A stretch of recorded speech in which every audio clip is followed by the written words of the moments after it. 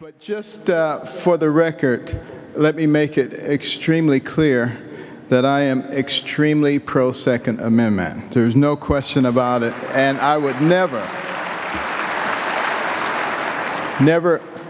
allow for anybody to tamper with that right, because it is so important. Why do we have the Second Amendment? It was because our founders recognized that if our nation was invaded, if the citizenry had the ability to aid the military, we would be a much more formidable group of people. And that seems kind of far-fetched these days, but maybe it's not so far-fetched, particularly if we don't solidify our borders, particularly in the South, because, you know, we think about people from Honduras and Mexico and places like that coming in, but, you know, there are people who are watching us. They're all over this world. They're called radical extremists, Islamic terrorists, and they are going to get in here any way that they can.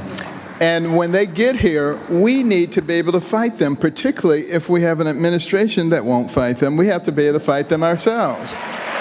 The second reason for the Second Amendment was so that the people would be able to defend themselves against an overly aggressive government that wanted to exact tyranny in this country. And we don't ever want to see that happen. Recognize that in order for the next generations to enjoy the same freedoms that we have to exercise the same kind of courage that people had before us. Think about Nathan Hale, teenage rebel, a spy, caught by the British, ready to be executed.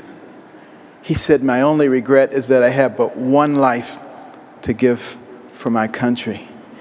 Think about all of those soldiers on D-Day who stormed the beaches of Normandy, being mowed down by the Axis forces. Hundreds of bodies laying on the beach, 1,000 dead bodies. Did our soldiers turn back? Were they afraid? Of course they were afraid, but they didn't turn back. They stepped over the bodies of their dead comrades, knowing in many cases that they would never see their loved ones or their homeland again. Why? Not for themselves, but for you and for me, so that we could be free.